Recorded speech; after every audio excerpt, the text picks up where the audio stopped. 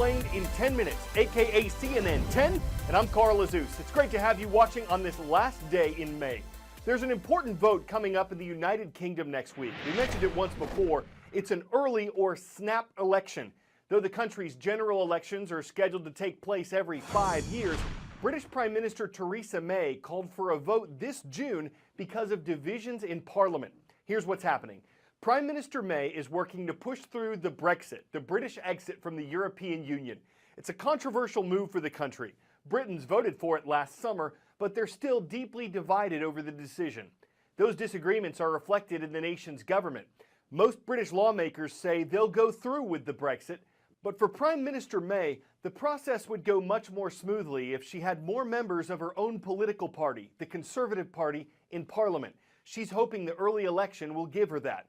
Polls show the Conservative Party is in the lead, but there are questions about how much so, and the future of Britain's role in Europe hangs in the balance.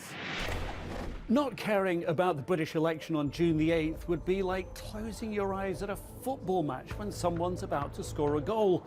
Britain's standing in the world rides on Brexit, and Brexit rides on this vote.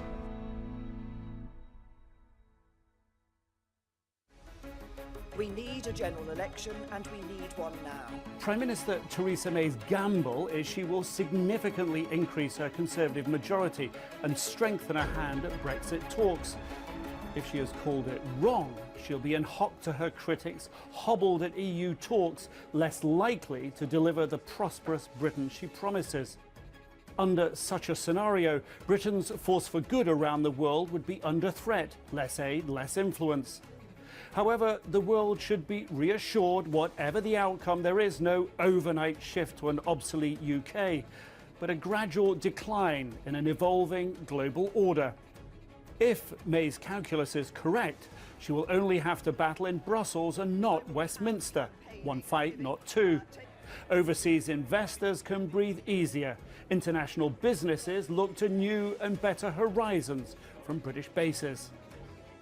But if you blink and the ball misses the back of the net, that this election, like so many recently, confounds the pundits, and the ball goes off in any one of a number of myriad directions, good or bad, then you'll have taken your eye off the most critical gameplay upon which the future of one of the world's greats depends. Illinois, Indiana, Kentucky, Michigan, Ohio, and Tennessee. These are 6 U.S. states that are teaming up to address an epidemic of addiction to prescription drugs. The U.S. government says that overdoses of opioids, man-made chemicals that are used as painkillers, are now the leading cause of injury death in the country. It says abuse of these drugs is taking place in every American community, and the states we mentioned are trying to stop the problem by sharing information on prescriptions, tracking overdoses, allowing counselors to practice in different places, discuss what's working and what's not, and try to help the children who are being left behind by parents who are addicted. Go to bed, baby girl. Night. Good night, Nanny. Welcome to the zoo. It's impossible to be quiet in the zoo. Meet the Flynn family. Grandma Sandra is 64 years old. Give me a big hug. Turn around and give me a hug. Her husband, Michael, who everyone calls Poppy, is 73. You are now raising 5-year-old twins. Yes, ma'am. And Okay. the other 3. They are raising 5 grandkids in a cramped, colorful Kentucky home that's equal parts chaos and love. Willa, now 16, is the oldest. When was the last time you saw your mom, Willa? 5 years ago when I was 10. She kind of disappeared. No one knew where she was. The she Sandy is referring to is her own daughter, whose youngest children were all born addicted to drugs. The state came in and said she could not care for them anymore. And they called and asked us if we would take all 5, and said, of course. An estimated 3 million kids in America are being raised by someone other than their mom and dad. The opioid and heroin epidemic has hit Kentucky especially hard. More than 68,000 children there are now being taken care of by grandparents, relatives, or foster parents. They've been abandoned. They've been forgotten in a lot of ways in preference for the drugs. When you look at the generation of kids that's being raised, how do you think it's going to turn out?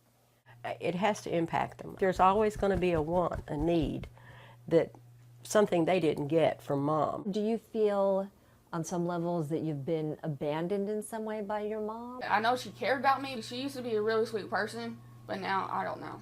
I learned to accept it where I am right now. Not far away in another part of Lexington, Kentucky, grandmother Kathy Allen drops by the high school to pick up grandkids Kayla and Madison. Did y'all have a nice day at school? Now 14 and 16, the sisters were small when they were initially placed in foster care. How does your childhood compare? How would you describe it? It was terrible. It was terrible. Yeah, when you think about childhood, you think about like happy things, but there wasn't really any. According to Generations United, nearly 40% of grandparents caring for grandchildren are over age 60. 1 in 5 lives below the poverty line. Foster parents can earn as much as $600 to $1,200 per month per child, whereas grandparents aren't even receiving the first food stamp. Kayla and Madison are in touch with their father, who's currently in prison. They say they have little to no contact with their mom. Her choice, not theirs, they say. Like, I've forgiven my mom so many times, but like she just keeps going back, and it's hard to forgive every single time. A generation of children who feel abandoned by parents who they believe chose drugs over them.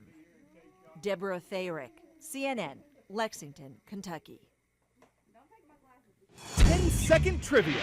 What body of water is located between the Asian mainland and the Philippines? The East China Sea, Yellow Sea, Andaman Sea, or South China Sea?